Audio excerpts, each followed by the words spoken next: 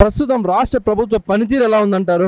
బేసిక్గా ఉందండి, బాగుంది. సంక్షేమ కార్యక్రమాలు అన్నీ కూడాను ప్రజల్లోకి వెళ్తున్నాయి. ప్రజలందరూ కూడాను ముఖ్యమంత్రి గారి మీద విశ్వాసంగా ఉన్నారు. రాష్ట్ర ప్రజలందరూ హాయిగా ఉన్నారంటారా? హాయిగానే ఉన్నారు, వాళ్ళకి అంతా బేసిక్గా ఉన్నారు. అమ్మ ఒడి వస్తుంది, నాడు నేడు కింద స్కూల్స్ డెవలప్మెంట్ అవుతున్నాయి. బాగుందండి. అనగారు, ఈ పథకాల ద్వారా కేవలం మహిళలు మాత్రమే ఆనందపడుతున్నారు, మగవాడికి ఎటువంటి సుఖము లేదు అంటున్నారు. దానికేమంటారు? మగ అంటే భార్య భర్త వేరెవరు కదండి. భార్యకి వచ్చిందంటే భర్తకు వచ్చినట్టే కదా. భర్త సంపాదించి తీసుకొచ్చి భార్యకేగా ఇచ్చేది.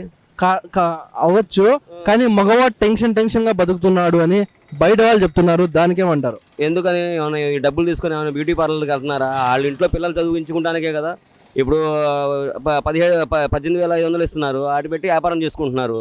ఆ వ్యాపారం చేసుకున్న డబ్బులు ఆ పిల్లల చదువులకు కానీ వాళ్ళ ఇంట్లో ఖర్చులకే కదా వాడేది. వాస్తవమే కదా. వాళ్ళు టెన్షన్గా బతకాల్సిన అంటే వాళ్ళకి టెన్షన్ ఉంటుంది. ఎందుకని ఉంటుందంటే, మేము మగాడు సంపాదించి పెళ్ళానికి ఇచ్చే డబ్బులు, ఆ డబ్బులు తగినట్టు ఆడవాళ్ళని చెక్కు చేతల్లో ఉంచుకుంటాడు. అదే ఇప్పుడు జగన్ అన్న డైరెక్ట్గా ఆడవాళ్ళకి ఇస్తుంటే వాళ్ళ కాళ్ళ మీద వాళ్ళు నిలబడేటట్టుగా చేస్తున్నాడు. కాబట్టి కొద్దిగా ఇబ్బందిగానే ఉంటుంది మగవాళ్ళకి. అన్నగారు, ఈ సంక్షేమ పథకాల వల్ల ప్రజలు సోమరిపోతులు అయిపోతున్నారు అని బయట వాళ్ళు చెప్తున్నారు. దానికేమంటారు? సోమరిపోతులు ఎందుకు అవుతారండి? అవన్నీ ఫేక్ మాటలు. వాళ్ళు చేయలేరు, ఇప్పుడు మరి వాళ్ళే చేస్తామంటున్నారుగా. మరి ఇంకా అంటే ఇంకా సోమరిపోతులు చేద్దామనే, ఇంతకన్నా మేము బాగా చేస్తాము అంటున్నారు. అంటే ఇప్పుడు వాళ్ళు ఇంకా సోమరిపోతులు చేద్దామనే ఉద్దేశము. అంటే నువ్వు చేస్తే, అంటే నువ్వు అవతలోడు చేస్తే ఏమో వ్యభిచారం, నువ్వు చేస్తే కాపురం అవుద్దా? చెప్పండి, అవదుగా. అన్నగారు, మరి ఈ నిరుద్యోగం విషయానికి వస్తే ఏమంటారు? నిరుద్యోగం పెరిగిందంటారా రాష్ట్రంలో?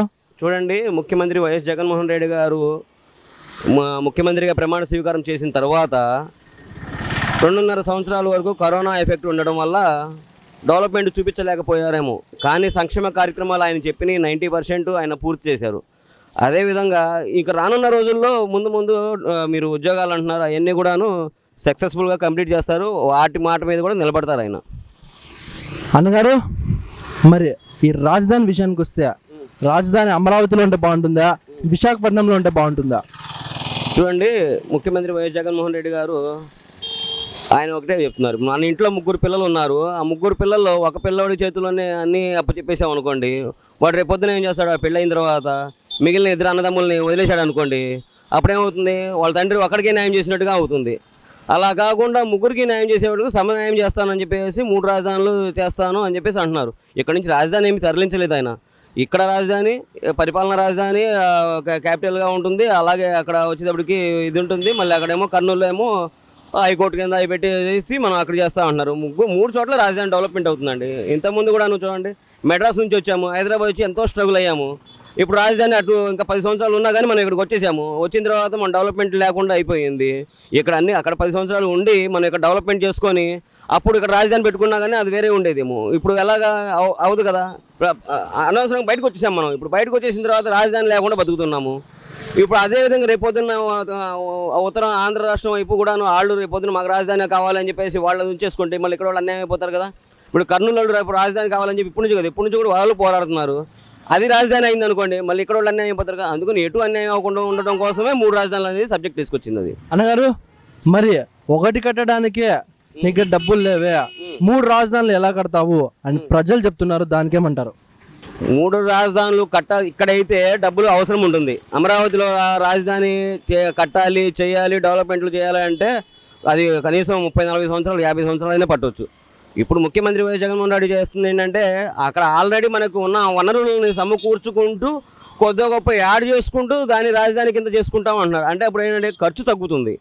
ఆలోచన చేయాలి కదా వాళ్ళు కూడాను. అది అన్నగారు, ఇప్పుడు మన ఐటీ శాఖ మంత్రి ఉన్నారు, గుడివాడ అమర్నాథ్ గారు.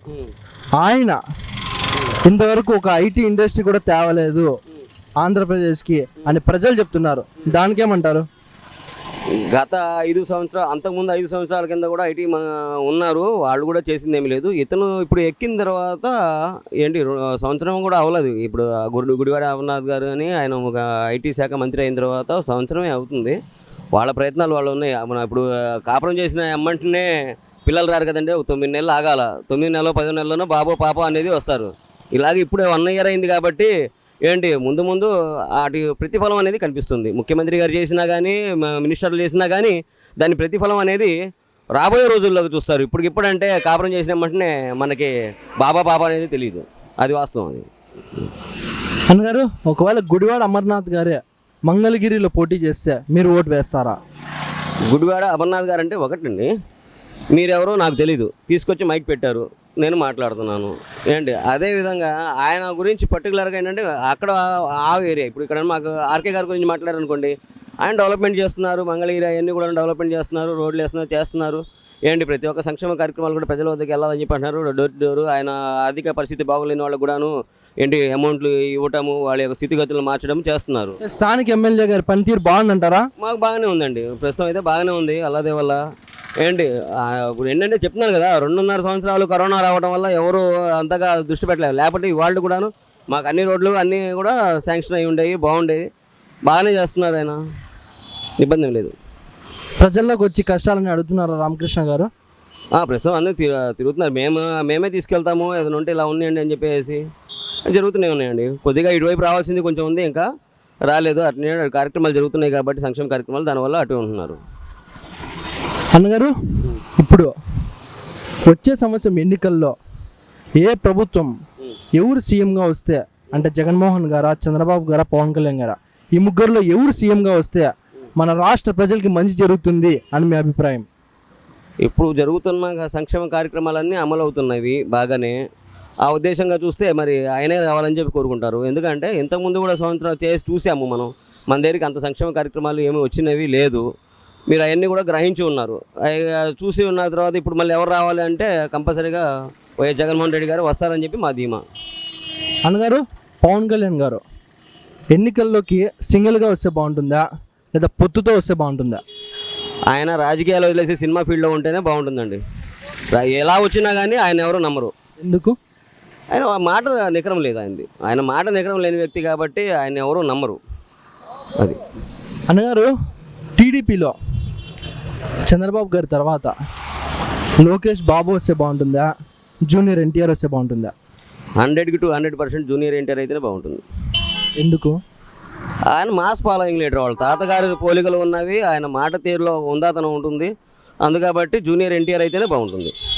అన్నగారు, మరి నెక్స్ట్ ఎమ్మెల్యే ఆళ్ళ రామకృష్ణ గారా లేదా లోకేష్ బాబా, ఇద్దరిలో ఎవరు అనుకుంటున్నారు? ఆళ్ళ రామకృష్ణారెడ్డి గారే అనుకుంటున్నాను. 100 ఎందుకు? ఆయన నమ్మకం. మరి లోకేష్ బాబు అంటే మేము ఆయన ఇప్పుడు ఇంతకుముందు మేము 3 శాఖల మంత్రిగా చేసినప్పుడు కూడాను ఆయన అంత అభివృద్ధి చేసింది ఏమీ లేదని చెప్పేసి ఆల్రెడీ పొలిటికల్ అనాలిసిస్ట్ కానీ మేము వార్తలు చూస్తూ ఉంటాము. అందరూ కూడా చెప్పింది ఏంటంటే అప్పుడు సరిగ్గా చేయలేకపోయారు అనేది ఆయన మీద ఆ రూమర్ ఉంది. కాబట్టి పోయినసారి ఆయన ఇక్కడ ముఖ్యమంత్రి గారి కొడుకుగా ఇక్కడ నిలబడినా కానీ ఆయన గెలవలేకపోవడానికి కారణం మెయిన్ అదే. థ్యాంక్ యూ అన్నగారు. Thank you sir.